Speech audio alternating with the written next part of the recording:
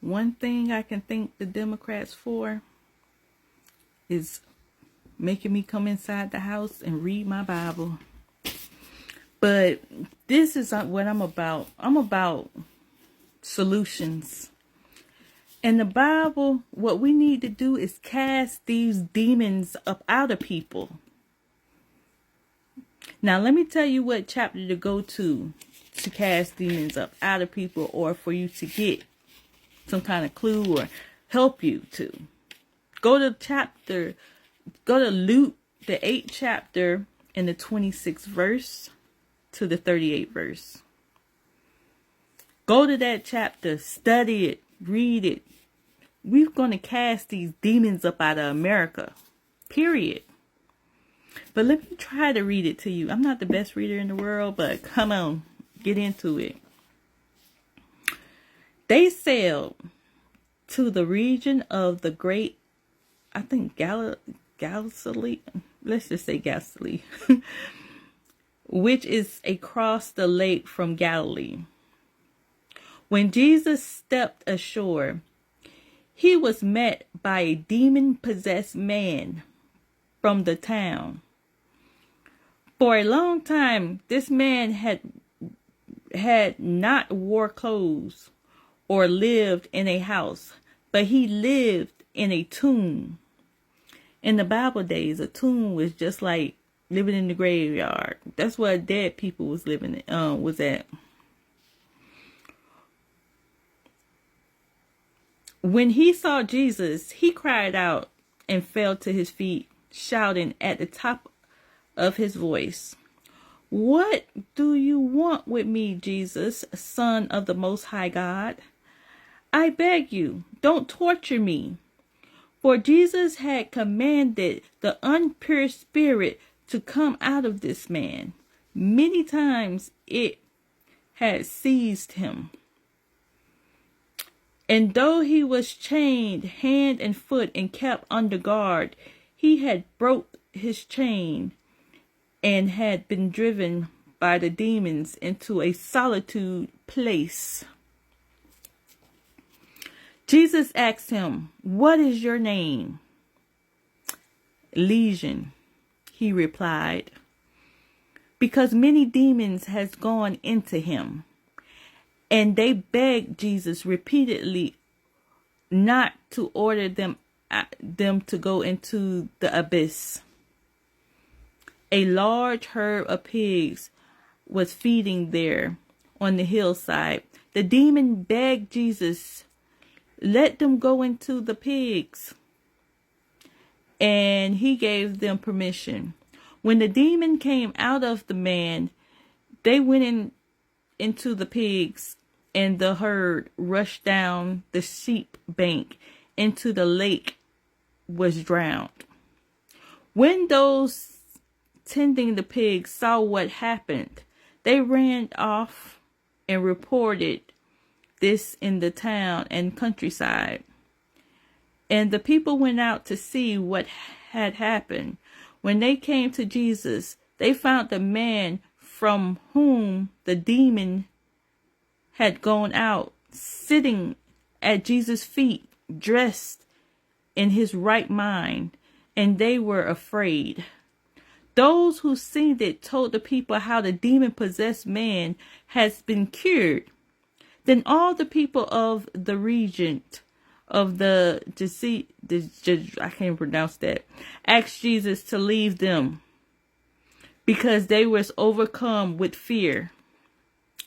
So he got into the boat and left. The man from whom the demons had gone out begged to go with him, but Jesus sent him away, saying, "Return home and tell how much God has done for you." So the man went away and told all over town how much Jesus has done for him. This is deep.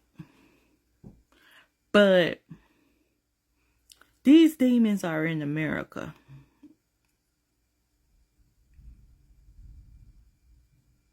And as I say that, I hear the thunder roaring. That was scary. But these demons are in America. We as Christians have to cast the demons out of these people. I see it. I rebuke you, demon. Come out of these people. Come out of these children. I see it. I see dead people. Be born again.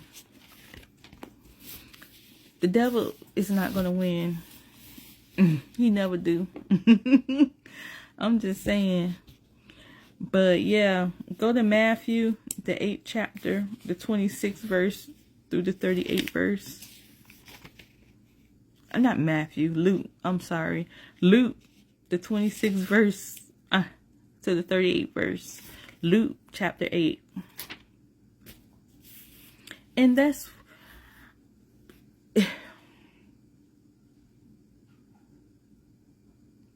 You know something? Certain people that I love, and I see this demon, I'd be scared to even say this. I'm not gonna lie. But lately, especially after this thing with Charlie Kirk, I think I got the strength now. For real, for real. I think I got the strength now. But this is deep. And you know what? It get into the kids. The devil like them because they easy. It's easy. It develops, like, you can have a good kid and they encounter one demon, and that demon can mess up their whole world, and then they become demons. That's why it's so, you have to take them to church. You have to not even take them to church. You got to instill God in their heart and their mind and their soul while they're young. That's why I wish the church was like how it is now with the kids, like more active. When I was growing up, it wasn't as active. It wasn't as fun. It wasn't as, you know. But now I see they getting the kids more active into the church, like with, you know, even toys, games, fun, groups, all that. You know, but yeah, because guess what? When they get out in that world and the world rough them up, they're going to be running back to God. That's how it goes. That's the parable of the prodigal son. And I keep saying it over and over because it's true. And a lot of times y'all think it's just people that look like this man in the tomb, but it's not always like that. You know, it's a lot of wolves in sheep clothing too. They're the ones that you really have to worry about. The wolves in sheep clothing. But yeah, find you a Bible-based church. And you know, one thing I can say is I like Calvary Chapel. Calvary Chapel is all over the United States. You know, I mean, if you have, it's a lot of people that have church hurt, and it's usually because of small churches. So if you ever had that, I suggest a mega church, because a mega church is more like uniform. But you know, I like small churches because it's more community. Like, you get to volunteer, you get to meet the people, you get to be family with the people. They become your family. Like a mega church, it's like you don't know nobody. It's really big. You don't know the pastor. That they do have a lot of events where you could get to know people though, and they have a lot of groups. So it's good and bad, wherever. But don't stop at one church. That's my point. If it don't work out for you, go to another church. Find another one. Keep looking until you feel that family feeling, because that's how it's supposed. Like, until you want to volunteer. Until they get your personal number and start calling you and, you know, checking up on you. Or if somebody go to the hospital, you know, you'll feel it in your soul. Your kids like it. You know, they have field trip, you know. But get it.